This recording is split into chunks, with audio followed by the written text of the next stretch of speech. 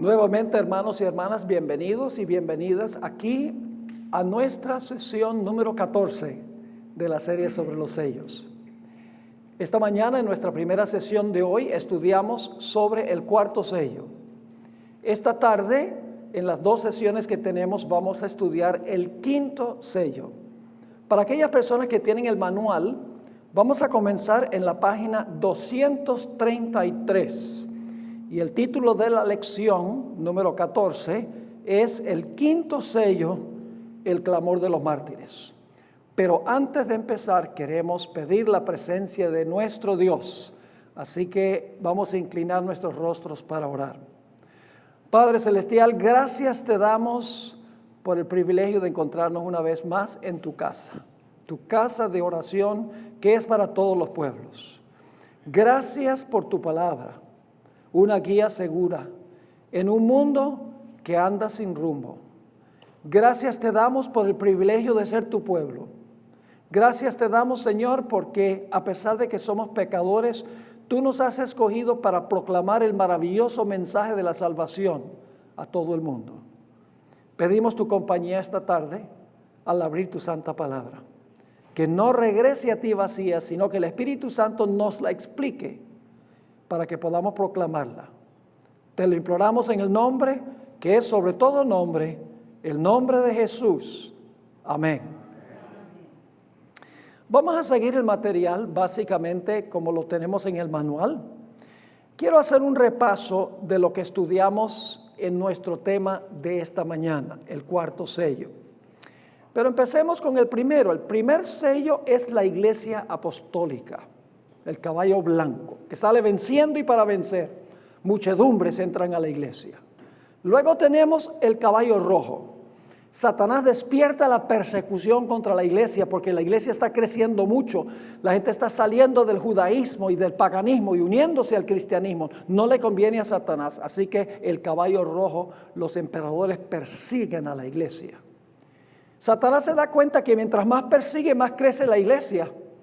Así que ahora llegamos al momento del tercer caballo, el caballo negro. Satanás dice, bueno, si no los puedo destruir por persecución desde afuera, entonces voy a infiltrar a la iglesia con apostasía. Y por lo tanto introduce las tinieblas de color negro a la iglesia. Y luego la oscuridad y el hambre se intensifica durante el cuarto sello, que representa el periodo de dominio papal. El caballo pálido. El caballo de la muerte, porque el que monta el caballo dice que lleva a la gente a la muerte y al sepulcro a través de 4 cosas. Primero, la espada del poder civil. En segundo lugar, el hambre por la palabra de Dios. En tercer lugar, la pestilencia, la enfermedad espiritual que viene como resultado de el hambre. Y finalmente, las fieras, que representa a los enemigos del pueblo de Dios que se comportan como fieras. Y esto nos trae al quinto sello, que es el clamor de los mártires. Vamos a leer el significado a principios del capítulo. La sangre de los mártires que el papado mató durante el periodo del cuarto sello, clamó para que Dios les hiciera justicia.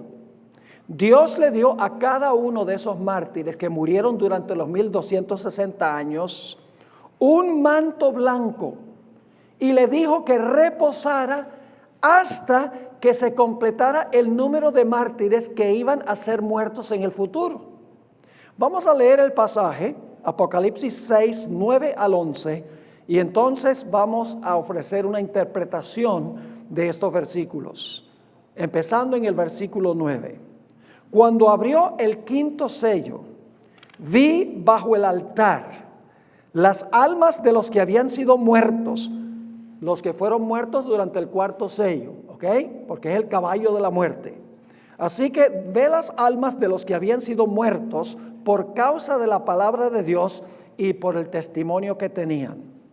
Y clamaban a gran voz, diciendo: ¿hasta cuándo, Señor, santo y verdadero, no juzgas y vengas nuestra sangre de los que moran en la tierra?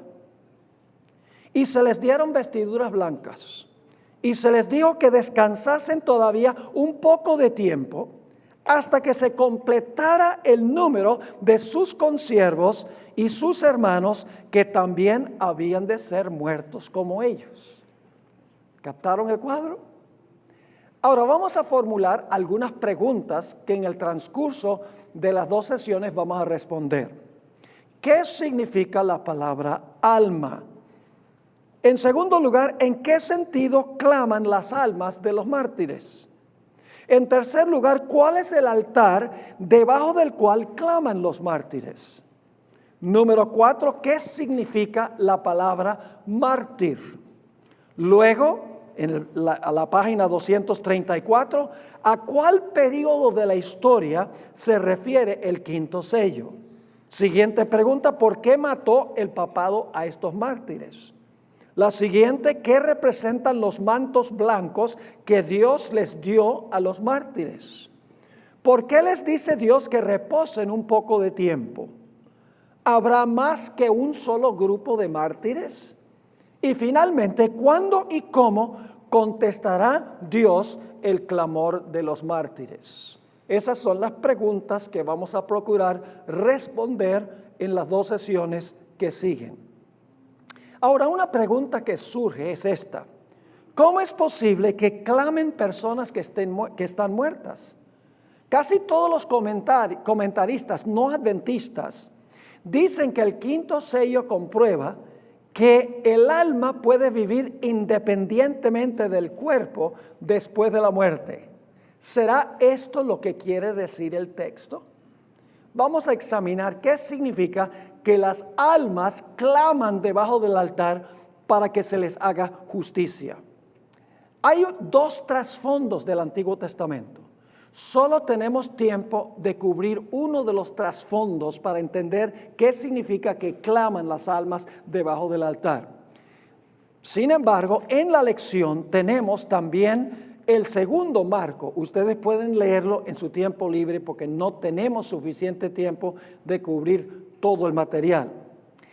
Vamos a notar en la página 234 el primer trasfondo y el más importante. Génesis 4 y el versículo 3 y 4. Y aconteció andando el tiempo que Caín trajo del fruto de la tierra una ofrenda a Jehová.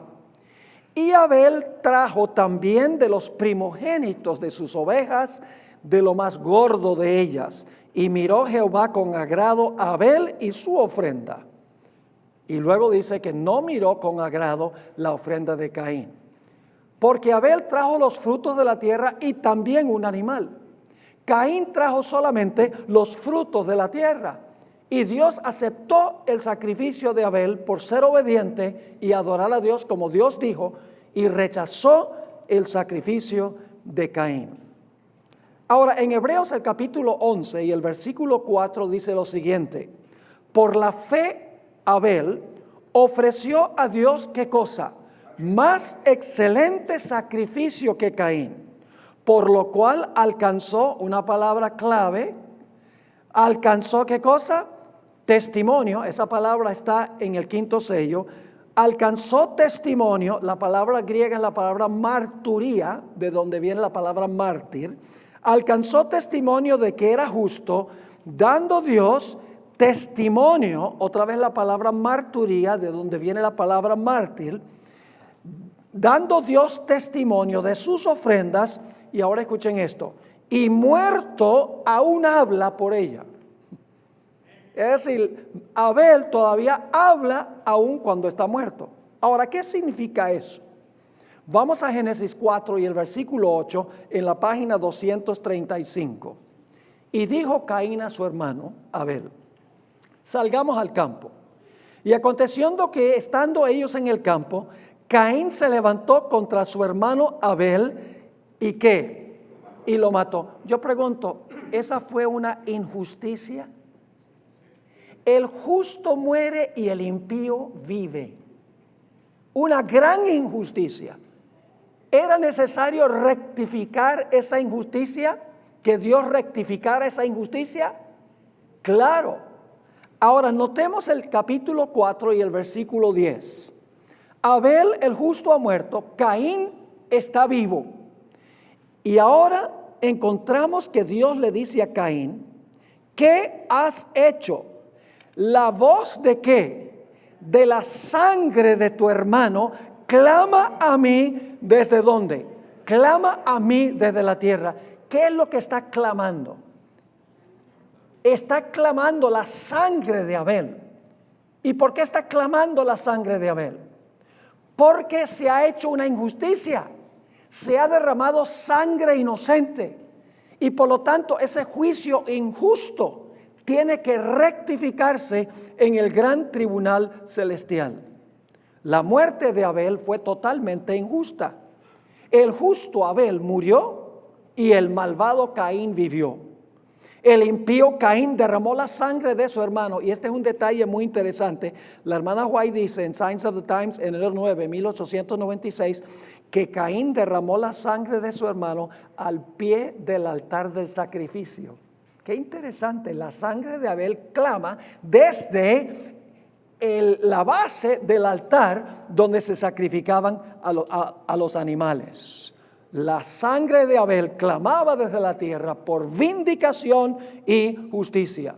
Según las apariencias, el mal ganó y el bien perdió. En algún momento posterior a se necesitaba rectificar esta injusticia. La sangre de Abel clamaba simbólicamente para que se les hiciera justicia. En Hebreos 12 y el versículo 24 nos dice que la sangre de Cristo también habla. Dice allí a Jesús, el mediador del nuevo pacto, y a la sangre rociada que habla mejor que la de Abel. ¿Por qué la sangre de Cristo habla mejor que la de Abel? Porque la sangre de Abel clama por justicia, mientras que la sangre de Cristo provee esa justicia. Podemos entender un poquito mejor este asunto de la injusticia que se ha hecho contra los mártires, examinando lo que se llaman los salmos imprecatorios. Es a donde los justos y los santos están clamando porque parece que la vida es injusta y ellos están sufriendo y están muriendo, y parece que Dios sencillamente no va a hacer nada para ayudarlos. Un ejemplo de eso está en el Salmo 79, 9 y 10, que está en la página 236. Ayúdanos, oh Dios de nuestra salvación, por la gloria de tu nombre, y líbranos, y perdona nuestros pecados por amor de tu nombre. ¿Por qué dirán las gentes, dónde está su Dios? Sea notoria en las gentes, delante de nuestros ojos, la venganza de la sangre de tus siervos que fue derramada. ¿Por qué las naciones van a decir qué injusticia? La gente buena perdió y la gente mala ganó. ¿Por qué la gente va a decir eso? Señor, haz justicia, venga la sangre de tus fieles. Ahora vamos a pasar por alto la siguiente sección, que es el otro trasfondo del Antiguo Testamento. Por eso es importante que tengan ustedes el manual, porque así van a poder estudiar el segundo trasfondo. Lo que sí quiero ir, para los que tienen el manual, es a la página 237. Cuando dice que las almas están clamando, en realidad es la sangre que está clamando para que se les haga justicia. La palabra nefesh en el Antiguo Testamento se traduce a veces vida y a veces se traduce alma. Ahora, quiero leer estos dos versículos muy interesantes a donde se usa la palabra alma, la palabra nefesh. Levítico 17:11 dice, porque la vida, ese es nefesh, que se traduce en otros versículos alma, porque la vida de la carne está ¿dónde? El alma está en la ¿qué? O la vida está en la sangre. Y yo os la he dado para hacer expiación sobre el altar por vuestras almas, y la misma sangre hará expiación por la persona. Deuteronomio 12 y el versículo 23 repite que el alma o la vida del hombre es su sangre. No es un alma que sale del cuerpo y vive por allá y está clamando. No, está clamando es el alma, que es la vida, que es la sangre. Noten Deuteronomio 12 y el versículo 23. Solamente que mantengas firme en no comer sangre, porque la sangre es ¿qué? Es la vida, y no comerás la vida, es la misma palabra nefesh, alma, no comerás la vida juntamente con su carne. Es decir, no es el alma desencarnada de Abel lo que está clamando, sino es la sangre de Abel, la sangre de los mártires que fueron muertos durante el cuarto sello, inmolados por el poder papal. Ahora vamos a la página 238. Los mártires murieron, ¿por qué razón? Por dos razones. Por causa de la palabra de Dios y por el testimonio que ellos tenían. La palabra de Dios se refiere a sus enseñanzas, es decir, ellos proclamaron el mensaje de Dios, el evangelio. Y el testimonio que ellos tenían se refiere al testimonio de su vida práctica, el testimonio de su carácter. Es decir, hablaron la palabra de Dios y reflejaron el carácter de Cristo Jesús. La palabra mártir que se usa allí en Apocalipsis, el capítulo 6, en realidad significa uno que testifica o uno que da testimonio. Eso es lo que significa la palabra mártir. En Apocalipsis 12:11 tenemos una ayuda de lo que significa esta palabra mártir. Ahí dice el texto que los fieles de Dios vencieron a Satanás por la palabra de su testimonio y por la palabra de Dios, y no amaron sus vidas hasta la muerte.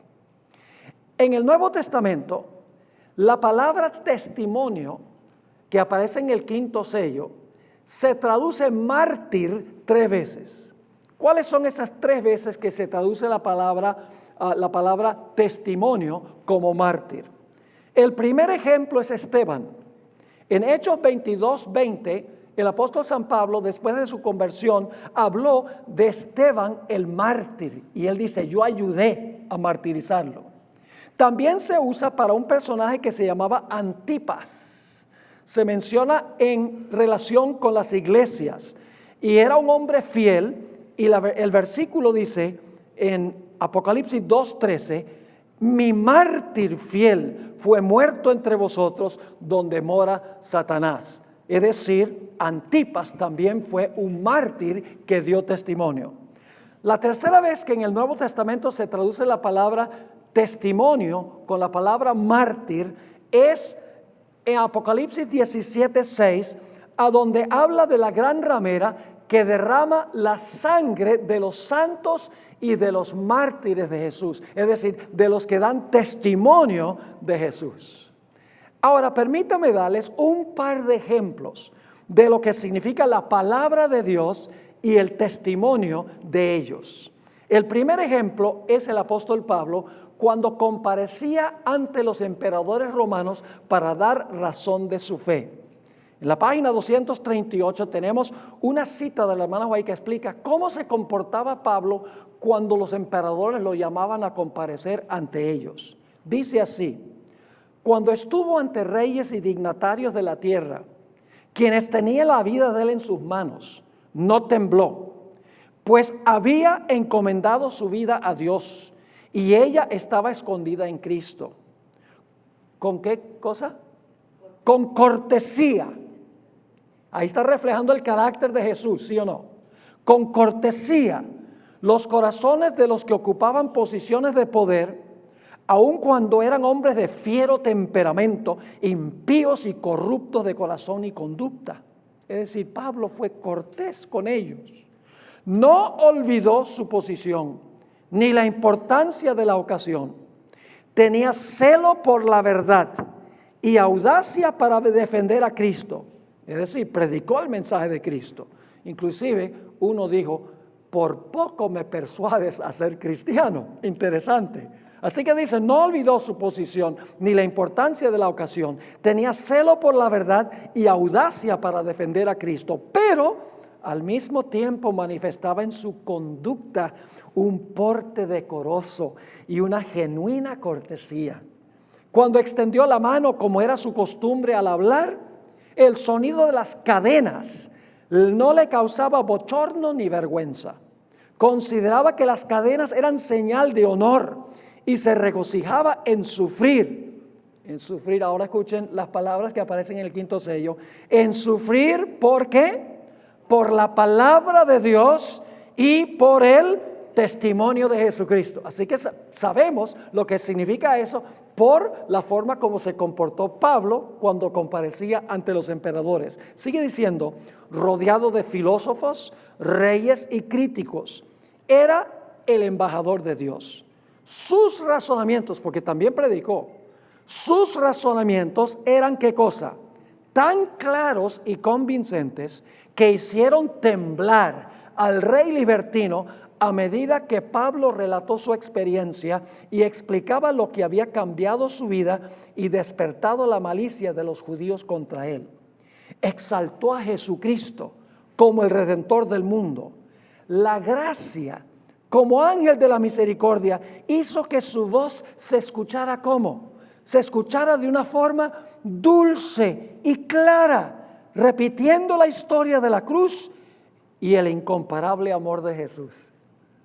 Esa es la forma en que Pablo, el mártir, porque Pablo fue martirizado, hacía cuando comparecía ante los reyes y los gobernantes.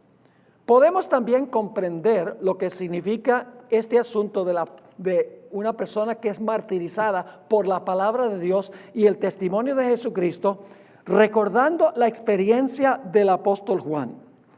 ¿Por qué el apóstol Juan estaba en la penitenciaría de Patmos? Noten Apocalipsis 1 y el versículo 9, a donde nos explica por qué es que Juan terminó en la penitenciaría.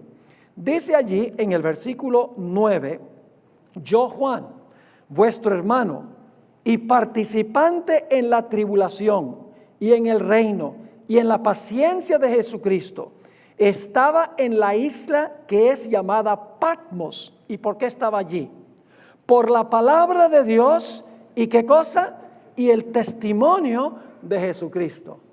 La hermana White lo describe en Hechos de los Apóstoles, página 453, de la siguiente manera. Juan se defendió de una manera clara y convincente. Está hablando de cuando compareció ante el emperador Domiciano alrededor del año 96 de la era cristiana. Así que dice, Juan se defendió de una manera clara y convincente y con tal sencillez y candor que sus palabras tuvieron un efecto poderoso. Sus oyentes quedaron atónitos ante su sabiduría y elocuencia. Pero cuanto más convincente era su testimonio, una palabra clave que aparece en el quinto sello, tanto mayor era el odio de sus opositores. El emperador Domiciano estaba lleno de ira. No podía refutar los razonamientos del fiel abogado de Cristo, ni competir con el poder que acompañaba su exposición de la verdad, pero se propuso hacer callar su voz. Y así fue que según la historia, y la hermana White confirma que así fue que sucedió, según la historia, el emperador Domiciano, después que Juan dio testimonio de la palabra de Dios y del testimonio de la palabra de Dios y el testimonio de Jesucristo, el emperador Domiciano mandó a echar a Juan a un caldero, a una caldera de aceite hirviente. Pero Dios lo preservó, como a los 3 jóvenes en el horno de fuego. Y como Domiciano no lo pudo matar, lo mandó a la penitenciaría de Patmos, a donde permaneció por un buen periodo de tiempo. Pero según la historia de aquella época, algunos escritores dicen que después de un tiempo lo soltaron de Patmos y fue a Éfeso y llegó a ser obispo de la iglesia en Éfeso. Ahora necesitamos también tomar en cuenta la relación que tiene el librito de Apocalipsis 5. ¿Recuerdan el librito? ¿Qué es lo que contiene el librito? Según vimos cuando estudiamos la visión introductoria. Contiene toda la historia de ¿qué? toda la historia de la raza humana y las decisiones que cada persona ha tomado dentro del curso de la historia. Es decir, en ese pergamino se encuentra cada detalle de toda la historia del planeta, desde cuando Adán y Eva están en el huerto del Edén hasta el final de la historia. Es un registro histórico completo, una historia universal, podríamos decir, de comienzo a fin, sin faltar un solo detalle. Este libro tiene una relación estrecha con el cuarto sello. Y ustedes dicen, ¿cómo es eso? Vamos a anotar al pie de la página 239 esta cita interesante del Espíritu de Profecía. En el siglo XIII se estableció la más terrible de las maquinaciones del papado. Ese es el cuarto sello, durante el periodo del cuarto sello. La Inquisición fue lo que se estableció. El príncipe de las tinieblas obró de acuerdo con los jefes de la jerarquía papal. En sus concilios secretos, Satanás y sus ángeles gobernaron los espíritus de los hombres perversos. Ahora escuchen lo que estaba pasando sin que se dieran cuenta esos hombres perversos, lo que estaban haciendo con los fieles de Dios. Dice, en sus concilios secretos, Satanás y sus ángeles gobernaron los espíritus de los hombres perversos, mientras que invisible acampaba entre ellos un ángel de Dios que llevaba apunte de sus malvados decretos y escribía la historia de hechos por más horrorosos para ser presentados a la vista de los hombres. ¿Qué estaban haciendo los ángeles? Anotando cada detalle de lo que estaban haciendo con los fieles de Dios. Sigue diciendo, Babilonia la Grande fue embriagada de la sangre de los santos. Esto es el cuarto sello, cuando los mártires murieron. Pero, ¿qué estaba pasando? Se estaba anotando todo para una futura referencia. Sigue diciendo, los cuerpos de los mutilados de millones de mártires, ¿qué hacía? Ahora sabemos la relación con el quinto sello. Dice, los cuerpos mutilados de millones de mártires clamaban a Dios. Esos son los mártires debajo del altar que están clamando a Dios contra aquel poder apóstata.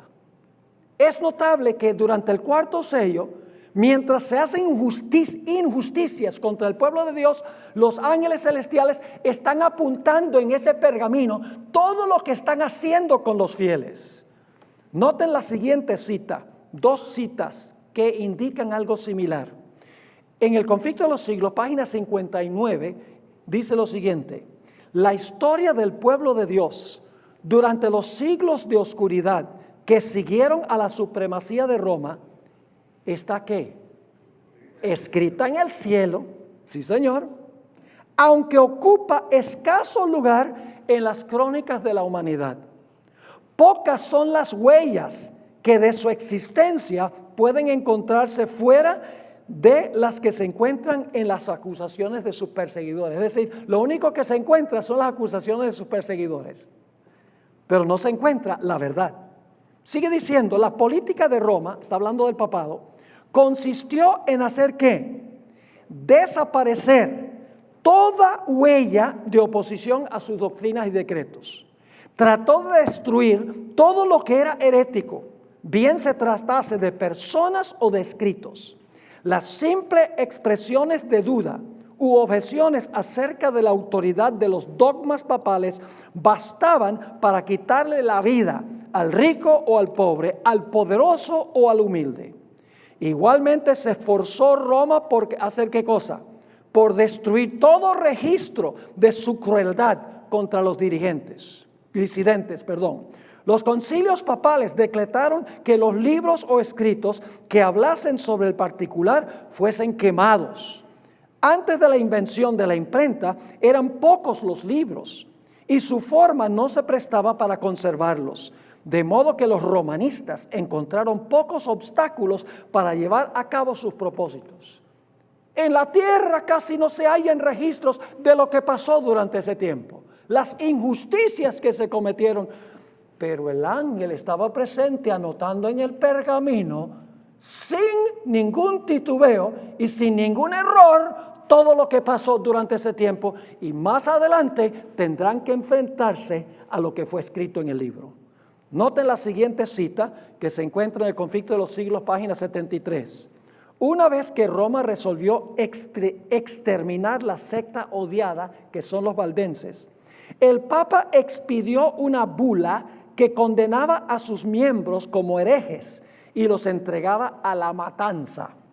No se les acusaba de holgazanes, ni de deshonestos, ni de desordenados, pero se declaró que tenían una apariencia de piedad. En realidad tenían piedad, pero decían que tenían una apariencia de piedad y santidad que seducía a las ovejas del verdadero rebaño. Por lo tanto, el Papa ordenó que si la maligna y abominable secta de malvados rehusaba abjurar, fuese aplastada como serpiente venenosa. Y ahora escuchen esto. ¿Esperaba este altivo potentado enfrentarse nuevamente a estas palabras? ¿Sabría que se hallaban archivadas en los libros del cielo para confrontarlo en el día del juicio? En cuanto lo hicisteis a uno de los más pequeños de estos mis hermanos, dijo Jesús, a mí lo hicisteis. ¿Están conmigo o no están conmigo? Fueron borrados los registros de lo que hizo el papado durante el cuarto sello. La muerte y el sepulcro seguía a los mártires. En los registros terrenales desaparecieron las injusticias, pero en el pergamino que se abrirá. Y en un momento les voy a leer una cita donde cuando estos personajes que cometieron las injusticias se van a enfrentar al registro verídico. Noten lo que dice en la siguiente cita. ¿Cuándo es que ellos van a ver esto? Esto es después del milenio, conflicto de los siglos 648. Todos esos que oprimieron al pueblo de Dios durante los 1260 años están presentes fuera de la santa ciudad porque habrán resucitado después del milenio. Y fíjense lo que dice aquí. Allí, fuera de la Nueva Jerusalén, después del milenio, hay sacerdotes y prelados papistas que dijeron ser embajadores de Cristo y que no obstante emplearon instrumentos de suplicio, calabozos y hogueras para dominar las conciencias de su pueblo. Ahí están los orgullosos pontífices que se ensalzaron por encima de Dios y que pretendieron alterar la ley del Altísimo. Aquellos así profesos padres de la iglesia tienen que rendirle a Dios una cuenta de la que bien quisieran librarse. ¿Dios va a rectificar el asunto, sí o no? Oh, claro que lo va a rectificar. Demasiado tarde ven que el omnisciente es celoso de su ley y que no tendrá por inocente al culpable de violarla.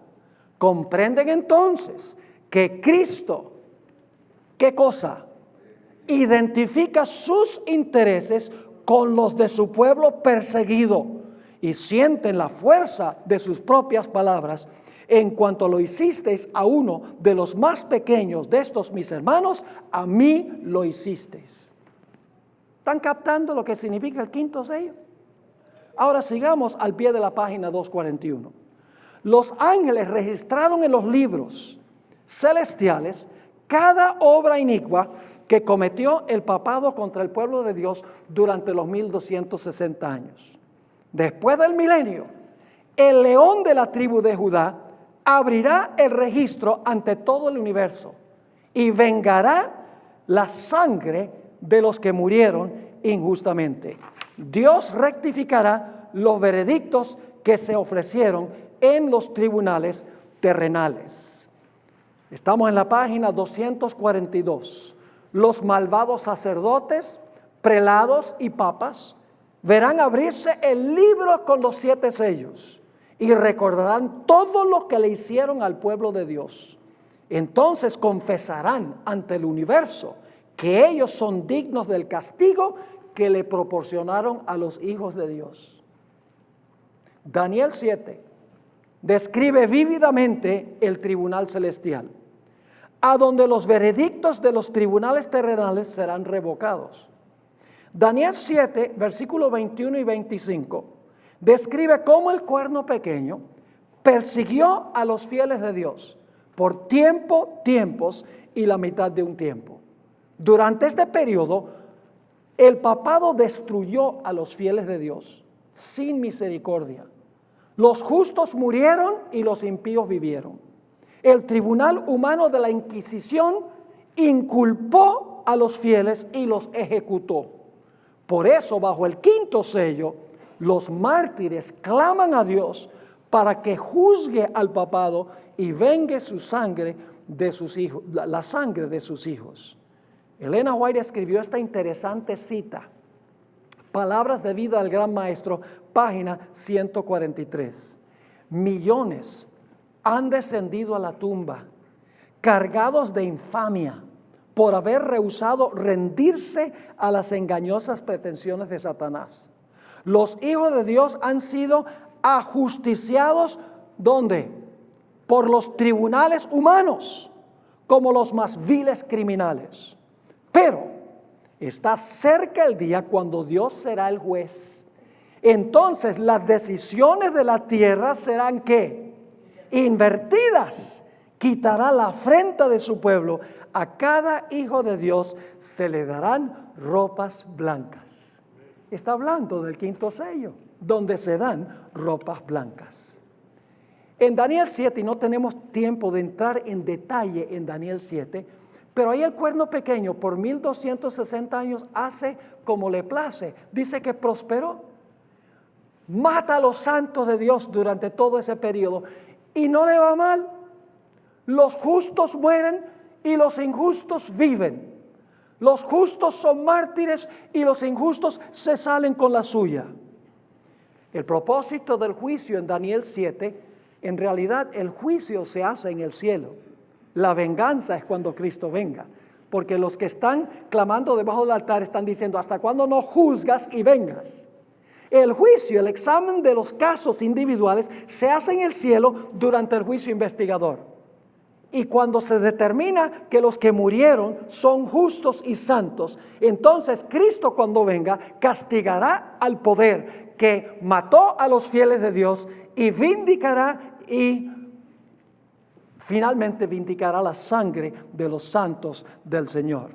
Por eso dice en Daniel 7, 26 y 27, pero se sentará ¿quién? El juez, y le quitarán al cuerno pequeño su dominio para que sea destruido y arruinado hasta el fin. Y ahora ¿a quién se le va a dar el reino? El papado reinó, los justos murieron. Pero ahora, después del juicio celestial, ¿quiénes son los que van a reinar? Versículo 27. Y que el reino y el dominio y la majestad de los reinos debajo de todo el cielo sea dado ¿a quién? Al pueblo de los santos del Altísimo, los mismos que el cuerno pequeño persiguió, cuyo reino es reino eterno, y todos los dominios les servirán y obedecerán. El pergamino que menciona Apocalipsis 5, 1 y 2 contiene el registro indeleble de todos los actos malvados del papado durante el periodo de supremacía papal en el cuarto sello. Después del milenio, Jesús, el león de la tribu de Judá, ya no es el cordero inmolado, ya no es un cordero que salva, es un león que viene ahora a reinar. El león de la tribu de Judá abrirá este libro y los malvados opresores de los fieles de Dios recordarán en el más ínfimo detalle lo que le hicieron a los fieles de Dios. Pero ahora escuchen bien. Ese libro no contiene solamente las obras lóbregas del poder papal. Contiene toda la historia de la raza humana. Todas las injusticias que se cometieron a través de la historia.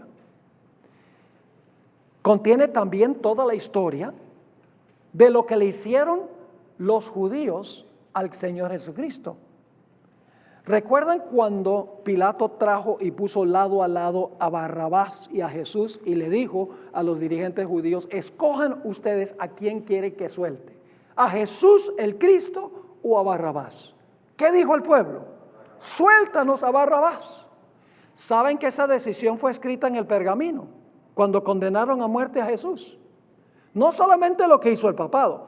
En los 7 sellos, el énfasis del quinto sello cae sobre lo que hizo el papado. Pero el libro es mucho más amplio, contiene toda la historia de la raza humana. Noten esta cita de la hermana White en Palabras de Vida al Gran Maestro, página 236, a donde ella comenta sobre la decisión que tomaron los dirigentes judíos. Dice, así hicieron su elección, ¿quiénes? Los que tienen el manual. Los dirigentes judíos. Su decisión fue registrada, ¿dónde? En el libro, estamos en la página 243, en el libro que Juan vio en la mano de aquel que se sienta en el trono, el libro que ningún hombre podía abrir. ¿Se registró en ese pergamino ese evento histórico? Sí, porque toda la historia está allí. Y luego dice, con todo su carácter vindicativo, es una mala traducción, en inglés la palabra es vindictiveness. La palabra vindictiveness significa con todo su carácter vengativo o retributivo. Ahora se le va a retribuir a los que hicieron esto con el pueblo de Dios. Con todo su carácter retributivo aparecerá esta decisión delante de ellos en aquel día cuando el león de la tribu de Judá le quite el sello. ¿Cuándo es que va a pasar eso? Que los que hicieron eso con Jesús van a ver lo que ellos hicieron. Para poderlo ver, tienen que haber resucitado.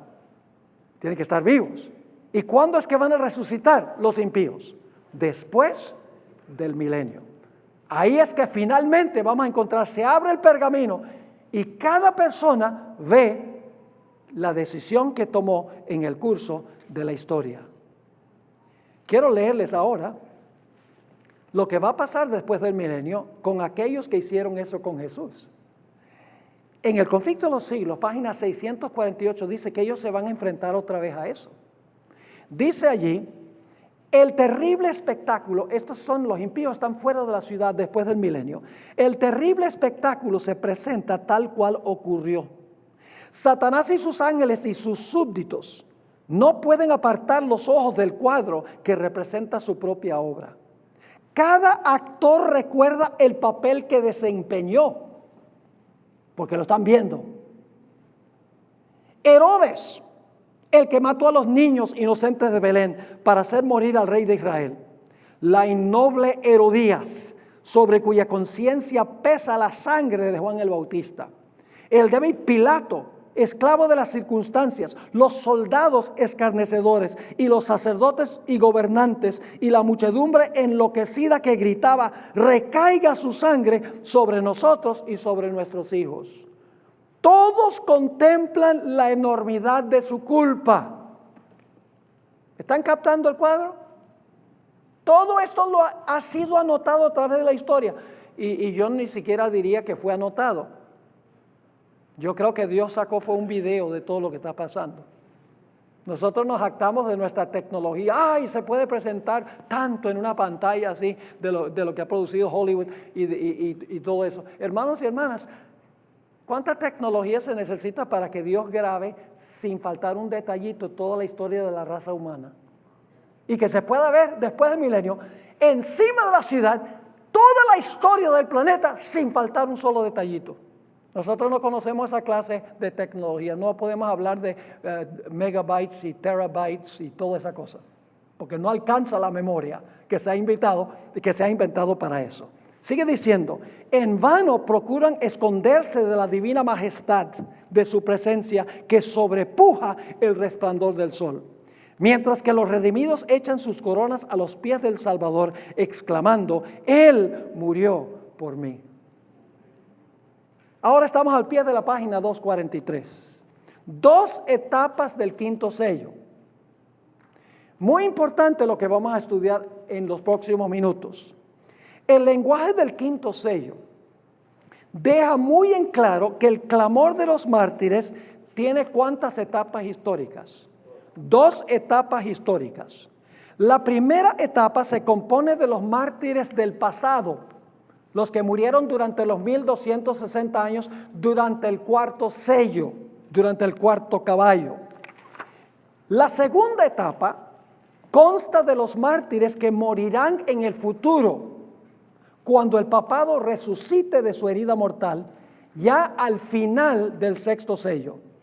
Aquí hay 3 versiones de la Biblia en inglés que explican los 2 grupos de mártires. Apocalipsis 6:11 en la versión New Century dice lo siguiente, yo lo traduje porque está más claro que las versiones Reina Valera. A cada uno de los mártires que murieron en la primera etapa por manos del papado, a cada uno se les dio una vestidura blanca y se les dijo que debían esperar por un corto tiempo. Aún había algunos consiervos y hermanos y hermanas que servían a Cristo que debían ser martirizados como ellos. Tenían que esperar hasta la consumación de todas las cosas. ¿Va a haber un futuro grupo de mártires también, hermanos y hermanas? ¿Va a haber? Sí, porque al primer grupo se les dijo, descansen y esperen hasta que sean inmolados los otros mártires en el futuro. Noten Apocalipsis 6:11 en la Contemporary English Version. A cada uno de los que habían sido muertos se les dio una vestidura blanca y se les dijo que reposase aún un poco de tiempo. Debían esperar, es decir, los que murieron bajo el cuarto sello durante los 1260 años, debían esperar hasta que se completase el número de los demás siervos y seguidores del Señor que iban a ser muertos como ellos.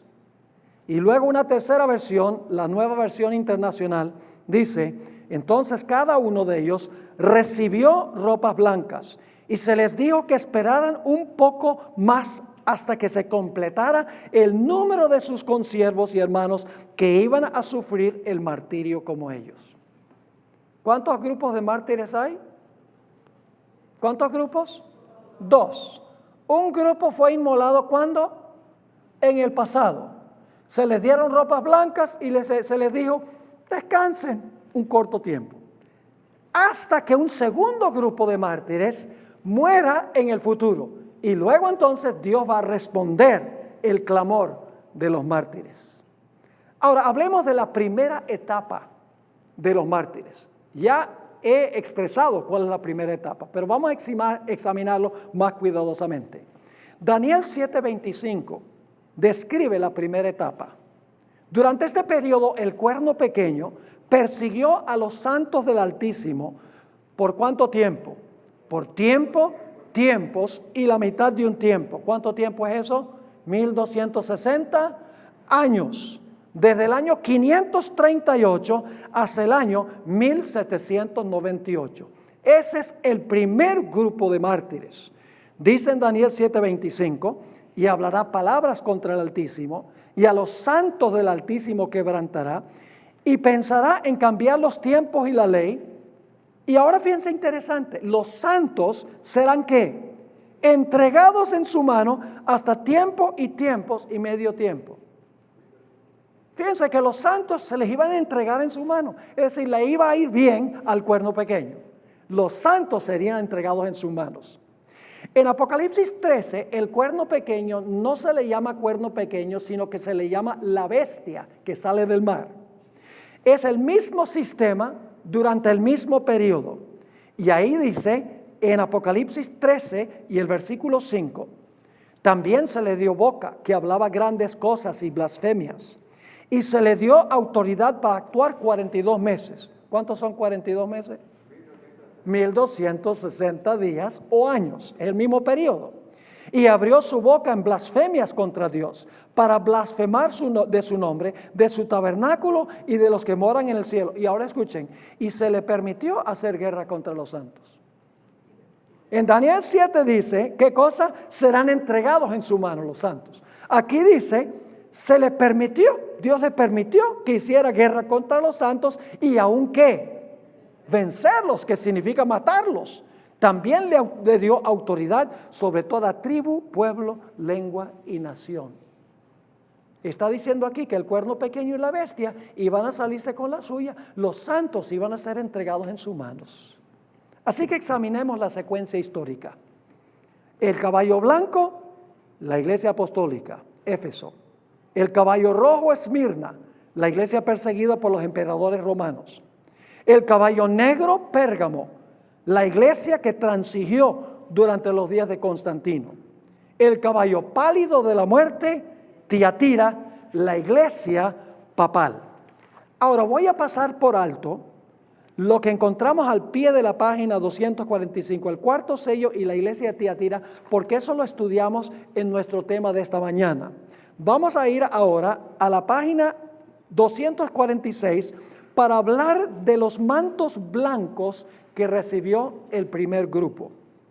Cuando un mártir del Señor muere, ¿muere qué? Seguro. Pues durante su vida se cubrió ¿con qué cosa? Con el manto de la justicia de Cristo. Cuando su nombre aparece en el juicio investigador en el cielo a partir de 1844, ¿qué es lo que hace el juicio celestial? Sencillamente confirma en el tribunal celestial que antes de morir esta persona estaba cubierto con el manto de la justicia de Cristo. Es decir, el juicio investigador es para confirmar que la persona murió cubierto con el manto de la justicia de Jesús. En el juicio investigador, Dios vindicará ante el universo a los mártires que murieron fieles a Jesús. Es decir, su caso es cambiado en el juicio celestial antes que ellos lo sepan, porque ellos lo sabrán cuando resuciten y verán cómo Dios venga a su sangre castigando a los que los oprimieron. El juicio antes de la segunda venida revelará que estaban cubiertos con el manto y se confirmará que tienen derecho al cielo cuando resuciten de los muertos. Entonces, cuando Jesús venga, le dará a cada uno de los mártires un manto literal de luz, pues estaban cubiertos con el manto espiritual.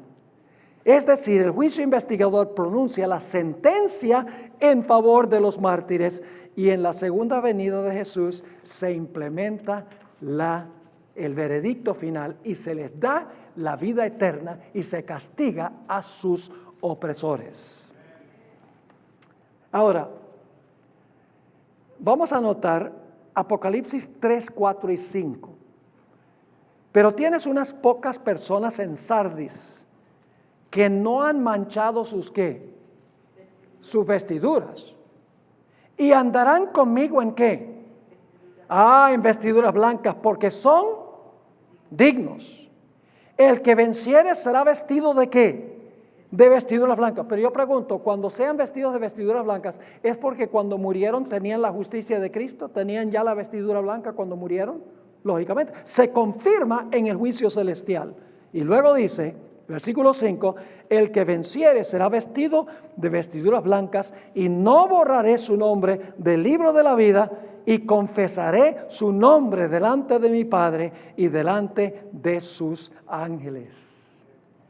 Aquellos que fueron fieles y murieron, ya tenían antes de morir los mantos blancos de la justicia de Cristo como garantía. Sin embargo, cuando Jesús venga, Dios vestirá a los vencedores en mantos blancos de luz literal, como los que vestían a Adán y Eva en su inocencia. Cuando nuestros primeros padres pecaron, perdieron su manto espiritual y también su manto literal, porque se vieron desnudos. Durante nuestra vida, Cristo nos cubre primero del manto espiritual y cuando venga nos cubrirá con el manto literal de luz. Cuando se cierre la puerta de la gracia, hermanos y hermanas, ya no podremos lavar el manto. Ya no podremos cubrirnos con el manto cuando Cristo juzgue al último personaje en este mundo. Primero empieza con los que murieron, en orden cronológico. Al final de la historia, cuando se proclama el fuerte clamor, todos deciden obedecer a Dios u obedecer a la bestia, recibir el sello de Dios o la marca de la bestia. Cada ser humano decide en cuál grupo va a estar. Se cierra la puerta de la gracia y ya nadie puede cambiar de lado. Y dicho sea de paso, si no llegamos al momento del cierre de la gracia para el mundo y nos morimos hoy, ya se cerró la puerta hoy. Noten Apocalipsis 22, 11. Aquí es el momento cuando se cierra la puerta. El que es injusto, sea injusto todavía. El que es inmundo, sea inmundo todavía. El que es justo, practique la justicia todavía. Y el que es santo, santifíquese todavía. Ahora vamos a terminar yendo a la página 249. Página 249. Ustedes pueden leer lo adicional aquí que encontramos en la página 248 y 249, la parte de arriba, porque ahí está sencillamente ampliando este concepto del manto. ¿Recuerdan que hablamos sobre el caso de Juan Hus? Yo pregunto, ¿se hizo una gran injusticia cuando quemaron en la hoguera a Hus? Tremendo, porque era un hombre piadoso. Murió cantando. Se hizo una gran injusticia. Yo pregunto, cuando él murió, ¿estaba cubierto del manto de justicia de Cristo Jesús? ¿Cómo no? Pero los que lo condenaron, ¿cómo lo vistieron? Vamos a leer aquí, Conflicto de los Siglos 101. Habiendo sido pronunciada la sentencia, comenzó la ceremonia de la degradación. Los obispos vistieron a su prisionero en hábito sacerdotal, y al recibir la vestidura, dijo: a nuestro Señor Jesucristo se le vistió con una túnica blanca con el fin de insultarle cuando Herodes le envió a Pilato. Habiéndosele exhortado otra vez que se retractara, replicó mirando al pueblo: y entonces, ¿con qué cara me presentaría en el cielo? ¿Cómo miraría a las multitudes de hombres a quienes he predicado el evangelio puro? No. Estimo su salvación más que este pobre cuerpo destinado ya a morir. Las vestiduras le fueron quitadas una por una, pronunciando cada obispo una maldición cuando le tocaba tomar parte de la ceremonia. Por último, colocaron su cabeza una gorra o mitra de papel en forma de pirámide, en la que estaban pintadas horribles figuras de demonios, y en cuya frente se destacaba esta inscripción: el archihereje. Con gozo, dijo Hus, llevaré por ti esta corona de oprobio, oh Jesús, que llevaste por mí una de espinas. Acto continuo, los prelados dijeron: ahora dedicamos tu alma al diablo. Y yo, dijo Hus, levantando sus ojos al cielo: en tus manos encomiendo mi espíritu, oh Señor Jesús, porque tú me redimiste. ¿Quién tenía razón? Hus. Pero los que lo martirizaron se salieron con la suya. Los prelados, los cardenales que estaban presentes, los sacerdotes que estaban presentes. Hus murió, pero murió cubierto con el manto. Y Jesús le dijo: reposa un poco de tiempo. Tu caso está seguro. Cuando surja tu nombre en el juicio, se va a ver que estabas cubierto con el manto de mi justicia. Reposa un poco de tiempo hasta que se complete el número de los mártires, y entonces vengaré tu sangre. ¿Les quedó claro? Así que los sellos relatan toda la historia de la raza humana. Nuestra próxima sección cubriremos la parte 2 de esta fascinante historia.